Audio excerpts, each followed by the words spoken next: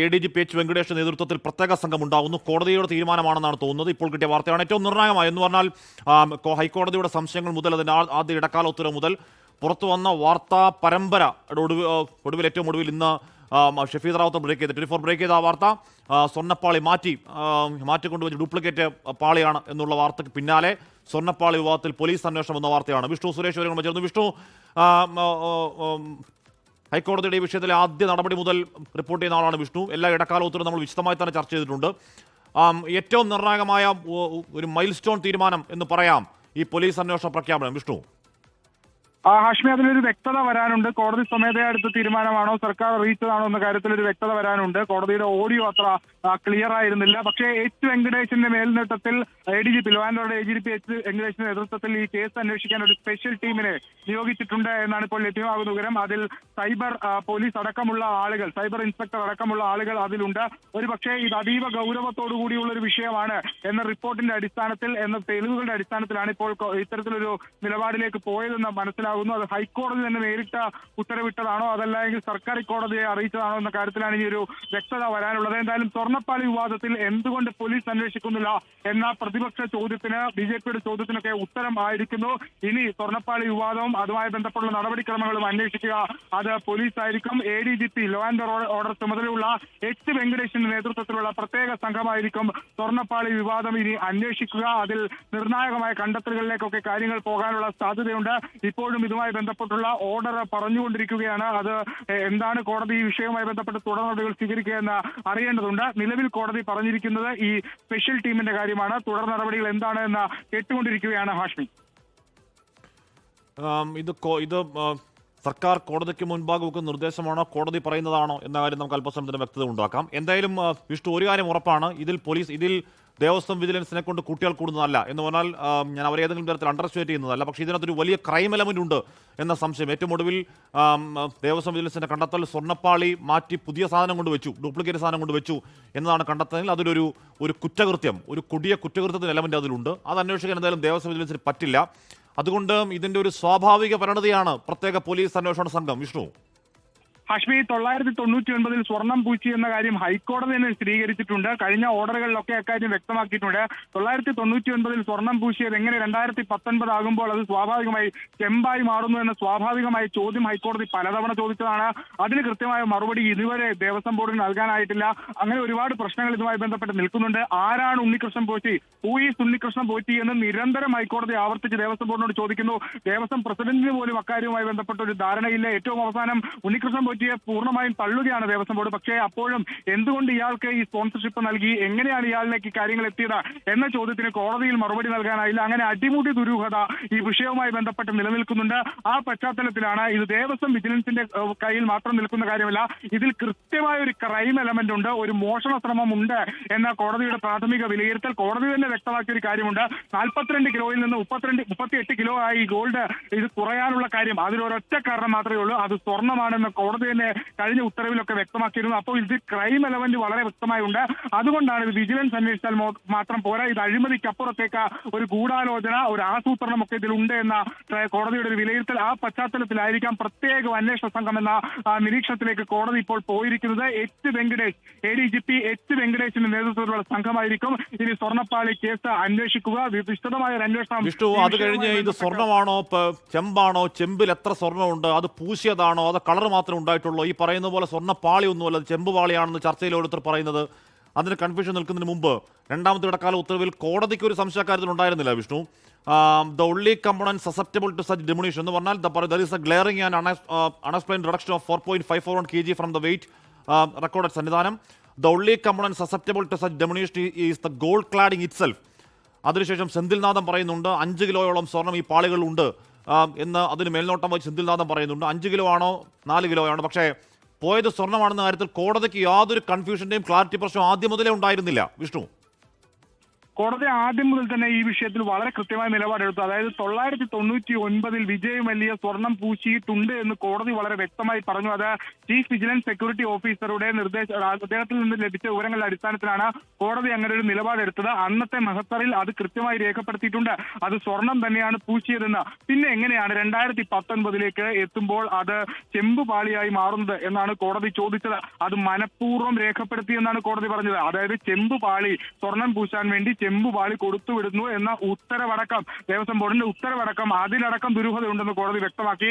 എങ്ങനെയാണ് ചെമ്പുപാളിയായി മാറുന്നത്? ഒപ്പം ഈ 42 കിലോ ഉണ്ടായിരുന്ന സാധനം 38 കിലോ ആയി മാറുമ്പോൾ അത് പെട്രോൾ ആണോ ഇങ്ങനെ ആവിയായി പോകാനെന്ന് കോടതിയുടെ ഭാഗത്ത് രൂക്ഷ വിമർശന സ്വഭാവത്തിൽ ചോദിച്ചിരുന്നു. പക്ഷേ സ്മാർട്ട് ക്രിയേഷൻസ് നേരത്തെ അത് അവരുടെ അഭിഭാഷകൻ വ്യക്തമാക്കിയത് തങ്ങൾക്ക് കിട്ടിയത് അതൊരു ചെമ്പുപാളി തന്നെയെന്നാണ്. അങ്ങനെയെങ്കിൽ ഇതിൽ എന്തെങ്കിലും തരത്തിലുള്ള തിരിമറികൾ നടന്നിട്ടുണ്ടാകാം. 99 സ്വർണം പൂശിയ അല്ലെങ്കിൽ ആ വസ്തു അവിടെ നിന്ന് എവിടെയോ മിസ്സായിട്ടുണ്ട് എന്നാണ് കോടതിയുടെ ഒരു പ്രാഥമികമായ നിരീക്ഷണം. അതുകൊണ്ട് തന്നെയാണ് കോടതി അത്തരത്തിലൊരു നിരീക്ഷണം ഈ ഉത്തരവിൽ പറഞ്ഞത്. അതായത് ഈ വസ്തുവിന്റെ വെയിറ്റ് കുറയാനുള്ള ഒരേ ഒരു കാരണം അത് സ്വർണ്ണമാണ് അതിലുണ്ടായിരുന്നതെന്ന് കോടതി നിരീക്ഷിച്ചത്. ആ പശ്ചാത്തലത്തിലാണ് ഇതിൽ കൃത്യമായ ഒരു ക്രൈം സംഭവിച്ചിട്ടുണ്ടെന്ന് കോടതി വിലയിരുത്തുന്നത്. എന്തായാലും കോടതി കൊട്ടത്താപ്പൻ പറഞ്ഞതല്ല, കോടതി മഹസർ വിളിച്ചു വരുത്തി അതിന്റെ രേഖകൾ പരിശോധിച്ച് കോടതി കൃത്യമായി ബോധ്യപ്പെട്ടതിന് ശേഷമാണ് അതിൽ ഈ 4 കിലോ കുറഞ്ഞെങ്കിൽ ആ 4 കിലോ കുറയാനുള്ള സംശയിക്കപ്പെടേണ്ട ഏക കാരണം അതിലെ ഗോൾഡ് ക്ലാഡിംഗ് തന്നെയാണ് എന്ന് കോടതി ഇടക്കാല ഉത്തരവിൽ, ചുമ്മാ എഴുതി വെച്ചിരിക്കുന്ന ഇടക്കാല ഉത്തരവിൽ രേഖാമൂലം എഴുതി വെച്ചെങ്കിൽ അത്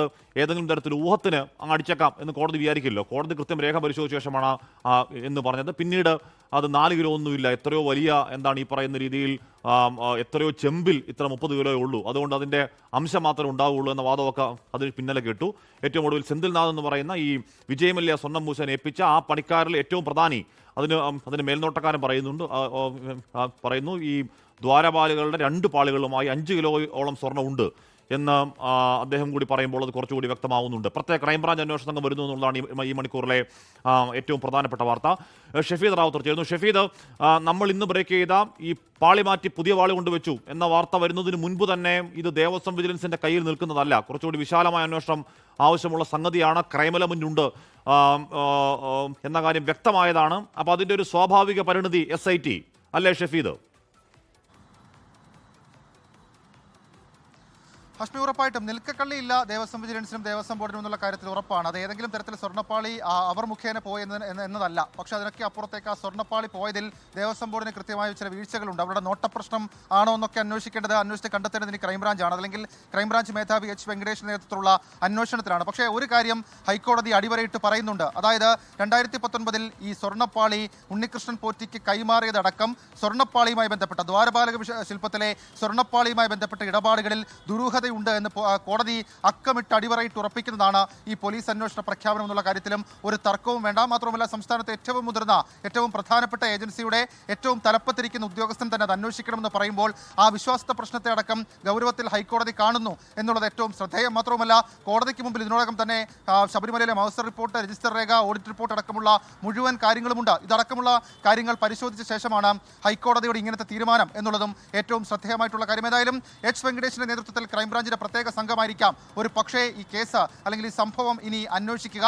അങ്ങനെ അന്വേഷിക്കുമ്പോൾ അതിനകത്ത് കസ്റ്റോഡിയൽ എലമെന്റ് ഉണ്ട്. അതായത് ആരെങ്കിലും കസ്റ്റഡിയിലെടുത്ത് അന്വേഷിക്കേണ്ട ആവശ്യമുണ്ട്. മാത്രവുമല്ല, അതിൽ ശാസ്ത്രീയ പരിശോധനകൾ വേണം, സംസ്ഥാനത്തിന് പുറത്തേക്ക് അന്വേഷണം വ്യാപിപ്പിക്കണം എന്നൊക്കെയുള്ള കാര്യങ്ങൾ ദേവസ്വം വിജിലൻസ് ഇന്ന് കോടതിയിൽ ആവശ്യപ്പെട്ടിട്ടുണ്ട്. ദേവസ്വം വിജിലൻസ് ഇത് പറഞ്ഞിട്ടുണ്ട്. അതിന് തങ്ങൾക്ക് റിസോഴ്സ് ഇല്ല, തങ്ങൾക്ക് അതിനുള്ള സോഴ്സ് ഇല്ല, അതുകൊണ്ട് തന്നെ മറ്റൊരു ഏജൻസിക്ക് അന്വേഷണം എന്നൊക്കെയുള്ള കാര്യങ്ങൾ ആ റിപ്പോർട്ടിലുണ്ട്. ആ റിപ്പോർട്ടിൽ അതിനൊക്കെ അപ്പുറത്തേക്ക് സ്വർണ്ണപ്പാളിയുമായി ബന്ധപ്പെട്ട ദുരൂഹതകൾ സംബന്ധിച്ച ചില കാര്യങ്ങൾ കൂടി കോടതിക്ക് മെൻഷൻ ചെയ്ത് കൊടുത്തിട്ടുണ്ട് എന്നുള്ളതും ഏറ്റവും ശ്രദ്ധേയമായിട്ടുള്ള കാര്യം. അതാണ് നമ്മൾ ഇന്ന് രാവിലെ പറഞ്ഞ കാര്യം. അതായത് ദേവസ്വം വിജിലൻസ് നിലവിൽ ഇപ്പോൾ ഈ കോൺസ്പിറസി ഈ സംഭവം അന്വേഷിക്കുന്ന ദേവസ്വം വിജിലൻസ് ഫോട്ടോ പരിശോധന നടത്തിയപ്പോൾ ഉണ്ണികൃഷ്ണൻ പോറ്റി കൊണ്ടുപോയ സ്വർണ്ണപ്പാളിയല്ല ഇപ്പോൾ ശബരിമലയിൽ ഉള്ളത് എന്നുള്ള കാര്യം അവർ സ്ഥിരീകരിക്കുന്നുണ്ട്. അപ്പോൾ സ്വർണ്ണപ്പാളി മാറ്റി എന്നുള്ളൊരു സ്ഥിരീകരണത്തിലേക്ക് ദേവസ്വം വിജിലൻസ് എത്തിച്ചേർന്നതിന് പിന്നാലെയാണ് വളരെ പ്രധാനപ്പെട്ട ഈ അന്വേഷണം, ഈ ക്രൈംബ്രാഞ്ച് അന്വേഷണം എന്ന് നമുക്ക് ഒരു പക്ഷേ പറയാൻ കഴിയുന്ന തരത്തിലേക്ക് അന്വേഷണം ഹൈക്കോടതി കൊണ്ടുവരുന്നത് എന്നുള്ളതും ഏറ്റവും ശ്രദ്ധേയമായിട്ടുള്ള കാര്യം. ഏതായാലും ഇനി വിഷയത്തിൽ അന്വേഷണം നടത്തും. ഉണ്ണികൃഷ്ണൻ പോറ്റിയെ അടക്കമുള്ള ആൾക്കാരെ കസ്റ്റഡിയിലെടുക്കും, ശാസ്ത്രീയ പരിശോധന നടക്കും. സ്വർണ്ണപ്പാളി, ഇപ്പോൾ ശബരിമലയിലുള്ള സ്വർണ്ണപ്പാളിയുടെ കാലപ്പഴക്ക നിർണയ പരിശോധന അടക്കമുള്ള കാര്യങ്ങൾ തൊട്ടടുത്ത ദിവസങ്ങളിൽ ഉണ്ടാകും. അതിനുള്ള സമ്മതം കോടതി അതിന് സമ്മതം കൂടി കൊടുത്തിരിക്കുകയാണ് ക്രൈംബ്രാഞ്ച് അല്ലെങ്കിൽ H. വെങ്കടേഷ് നേതൃത്വത്തിലുള്ള അന്വേഷണത്തിന്. ഹഷ്മി, ഷഫീദ്, ഇതിൽ ദേവസ്വം വിജിലൻസ് ആവട്ടെ, കേരള പോലീസ് ആവട്ടെ, ഇതിൽ എത്ര സ്വതന്ത്രമായ അന്വേഷണമാണെന്ന് പറഞ്ഞാലും നമുക്കൊക്കെ അറിയാം, എല്ലാ അന്വേഷണത്തിലും പ്രത്യേകിച്ച് രാഷ്ട്രീയമായ ഏതെങ്കിലും തരത്തിലൊക്കെ ബന്ധമുള്ള അന്വേഷണമാണെങ്കിൽ അതിലെ പൊളിറ്റിക്കൽ വിൽ പ്രധാനമാണ്. ഏതളവിൽ ഏത് എക്സ്റ്റെൻറ്റിൽ ആരിലേക്കൊക്കെ അന്വേഷണം എത്തുമെന്നതിൽ പൊളിറ്റിക്കൽ വിൽ ഏറ്റവും ആണെന്ന് തർക്കമില്ല. നമുക്കറിയാം ദേവസ്വം വിജിലൻസ് ഇപ്പോൾ നടത്തിയത് പോറ്റിയെ കേന്ദ്രീകൃത അന്വേഷണമാണ്. SIT ഏറ്റെടുക്കുമ്പോഴേക്കും പോറ്റിയെ പോറ്റുന്നവരാര് എന്നതിലേക്ക് അന്വേഷണം വ്യാപിക്കും എന്ന് കരുതാമോ ഷഫീദ്? ഹാഷ്മി, ഉറപ്പായിട്ടും അത് ഏതെങ്കിലും തരത്തിൽ പൊളിറ്റിക്കൽ ടെസ്റ്റ് അക്കാര്യത്തിൽ ഉണ്ടാകും എന്ന് ഞാൻ കരുതുന്നില്ല. കാരണം ഹൈക്കോടതി നേരിട്ട് ഇക്കാര്യത്തിൽ ഒരു നിരീക്ഷണം നടത്തുന്നു എന്നുള്ള കാര്യം ഏറ്റവും പ്രധാനമാണ്. ദേവസ്വം വിജിലൻസിനെ സംബന്ധിച്ച് അവർക്ക് പറഞ്ഞൊഴിയാൻ പല കാരണങ്ങളുണ്ടായിരുന്നു. ഞാൻ മുൻപ് സൂചിപ്പിച്ചതുപോലെ തന്നെ അവർക്ക് ശാസ്ത്രീയ പരിശോധന നടത്താനുള്ള പരിമിതി, അവരുടെ എണ്ണക്കുറവ്, അവരുടെ ആളെണ്ണത്തിൽ കുറവ്, പോലീസിന്റെ ശാസ്ത്രീയ വിഭാഗം തങ്ങൾക്കില്ല എന്നൊക്കെ പറഞ്ഞുള്ള ന്യായങ്ങൾ അത് ഒരുപക്ഷേ ഈ ദേവസ്വം ബോർഡ് ഇതിനു മുൻപ് ഇതിനാരൊക്കെയാണ് പോറ്റിയതെന്ന് കണ്ടെത്താനുള്ള വഴികൾ ദേവസ്വം വിജിലൻസിനുമുണ്ട്. പക്ഷേ ദേവസ്വം വിജിലൻസ് അക്കാര്യത്തിൽ ഒരു തടസ്സപ്പെടൽ അതിലുണ്ട് എന്നുള്ളത് ഒന്നാമത്തെ കാര്യം. പക്ഷേ SIT വരുമ്പോൾ, സ്പെഷ്യൽ ഇൻവെസ്റ്റിഗേഷൻ ടീം വരുമ്പോൾ അവർക്കത് പറഞ്ഞൊഴിയാൻ കഴിയില്ല. മാത്രമല്ല കൃത്യമായി തന്നെ റിപ്പോർട്ടുകൾ കോടതിക്ക് മുൻപിലേക്ക് കൊടുക്കേണ്ടതായിട്ട് വരും. കൂടുതൽ ആളുകൾ ഏതെങ്കിലും തരത്തിൽ ഇതിനകത്ത് കക്ഷി ചേർന്നാൽ, ഹർജിയായി കക്ഷി ചേർന്ന് കഴിഞ്ഞാൽ സ്വാഭാവികമായും ആ സംശയങ്ങൾക്കും SIT വഴി കോടതി മറുപടി നൽകാൻ ശ്രമിക്കും. അങ്ങനെയാണെങ്കിൽ ആ SIT അന്വേഷണം അത് ഒരു പരിധിവരെയെങ്കിലും കൃത്യമായി നടക്കുമെന്ന് നമുക്ക് പ്രതീക്ഷിക്കാം. പക്ഷേ അപ്പോഴും കണ്ടെത്തേണ്ടത് ഏതെങ്കിലും തരത്തിൽ ഉണ്ണികൃഷ്ണൻ പോറ്റിയിൽ മാത്രം ഒതുങ്ങുന്ന ഒരു സംഭവമല്ല. 2019 ഉത്തരവടക്കം ഉണ്ണികൃഷ്ണൻ പോറ്റിക്ക് സ്വർണ്ണപ്പാളി കൈമാറിക്കൊണ്ടുള്ള ഉത്തരവടക്കമുള്ള കാര്യങ്ങളിൽ രേഖപ്പെടുത്തിയിരിക്കുന്ന പിഴവ് അത് വെറും പിഴവല്ല, അത് ബോധപൂർവമായിട്ടുള്ള പിഴവാണ്. കോടതിയടക്കം അക്കാര്യം ചൂണ്ടിക്കാണിക്കുന്ന ഒരു സാഹചര്യത്തിൽ അതിലടക്കം ആർക്കൊക്കെ പങ്കുണ്ട്, 99 മുതൽ 2019 വരെയുള്ള കാലയളവിൽ സ്വർണ്ണപ്പാളി, ദ്വാരപാലക ശില്പം, തങ്കവാതിലടക്കമുള്ള കാര്യങ്ങളിൽ എന്തെങ്കിലുമൊക്കെ ദുരൂഹതകൾ ഉണ്ടായിട്ടുണ്ടോ, അല്ലെങ്കിൽ ആ ദുരൂഹതകൾ ഏത് വിധത്തിലാണ് കണ്ടെത്തേണ്ടത്, അതടക്കം മുഴുവൻ കാര്യങ്ങളിലും അന്വേഷണം വരുമെന്നുള്ള കാര്യം തർക്കമില്ല. സ്വാഭാവികമായും ഉണ്ണികൃഷ്ണൻ പോറ്റിയെ കേന്ദ്രീകരിച്ച് അന്വേഷണം നടത്തുമ്പോൾ അത് കേവലം 2019 സ്വർണ്ണപ്പാളി 40 ദിവസം കഴിഞ്ഞ് മടക്കിക്കൊണ്ടുവന്നു, ആ സ്വർണ്ണപ്പാളിയിൽ വ്യത്യാസമുണ്ട് എന്നത് മാത്രമല്ല, അദ്ദേഹം അടക്കം കോൺട്രിബ്യൂട്ട് ചെയ്ത് ഇതിനോടകം തന്നെ ചിത്രങ്ങൾ പ്രചരിപ്പിച്ച കോട്ടയം പള്ളിക്കത്തോട് നിന്ന് റാലിയായി ഒരു ഘോഷയാത്രയെ കൊണ്ടുപോയ തങ്കവാതിൽ വരും, നെയ്ത്തേങ്ങ വരും. അങ്ങനെ ഉണ്ണികൃഷ്ണൻ പോറ്റി നടത്തിയ, ശബരിമലയുമായി ബന്ധപ്പെട്ട് നടത്തിയ സാമ്പത്തിക ഇടപാടുകൾ അടക്കമുള്ള മുഴുവൻ കാര്യങ്ങളും ഒരുപക്ഷെ ഈ അന്വേഷണത്തിന്റെ ഭാഗമായി വരും. ഒരർത്ഥത്തിൽ പറഞ്ഞാൽ ഉണ്ണികൃഷ്ണൻ പോറ്റിക്ക് എളുപ്പത്തിൽ തലയൂരാൻ കഴിയില്ല, ഉണ്ണികൃഷ്ണൻ പോറ്റിയെ പോറ്റിയവർക്കും തലയൂരാൻ കഴിയില്ല. അതിനപ്പുറത്തേക്ക് ദേവസ്വം ബോർഡിൽ അധികാര സ്ഥാനത്ത് ആരെങ്കിലും ആ രീതിയിൽ ഇരുന്നിട്ടുണ്ടെങ്കിൽ അവർക്കും ഈ വിഷയത്തിൽ മറുപടി പറയേണ്ടി വരും എന്നുള്ളത്. ലോകത്തെവിടെയായാലും ഏത് സമയത്തും 24 വാർത്തകളും ഓഗ്മെന്റഡ് റിയാലിറ്റി പാക്കേജുകളും എക്സ്പ്ലെയിനറുകളും വിശദമായി കാണാൻ ഞങ്ങളുടെ YouTube ചാനൽ നിങ്ങൾക്ക് സബ്സ്ക്രൈബ് ചെയ്യാം.